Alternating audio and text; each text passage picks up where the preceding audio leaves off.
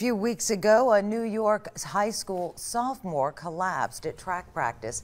He died after suffering back-to-back heart attacks. Doctors say only about 1 in 200,000 athletes in the U.S. die from an undetected heart problem every year. While it's not common, it does happen. KATC's Katie Lopez spoke to a Lafayette teen who says he's lucky to be alive after doctors discovered a heart problem he knew nothing about. Good morning, Katie.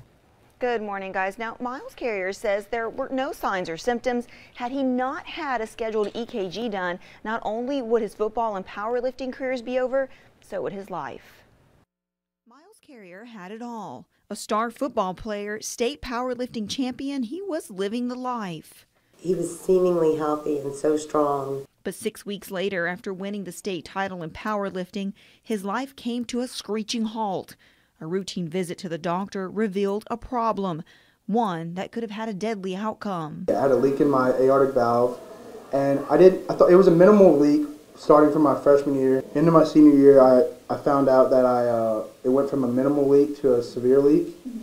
And based on that, the cardiologist said I could have died any second on the football field, and that I was one of the lucky people he's ever met. The life Miles knew was over. No more powerlifting, no more football. His dreams of playing for UL out the window. But none of that mattered. I was just grateful that I didn't pass out on the football field and I am still alive. Because Miles' story is just one of hundreds, Dr. John Lulu says there aren't any guidelines in the U.S. requiring that teens have physicals before participating in sports. However, he says parents should take the initiative to get one done. I think any child that's going to compete in any sort of athletic event, high school level or even before, should have a physical prior to every year with their family physician. Miles and his mom are hoping his story will push lawmakers to make changes in hopes of saving another young life. I would love to see state athletic associations on board with it. It's not a great number of kids that die every year, but 100, 150, 200 kids. It's enough, and it's there but for the grace of God. I mean, we're not one of those parents bearing a child.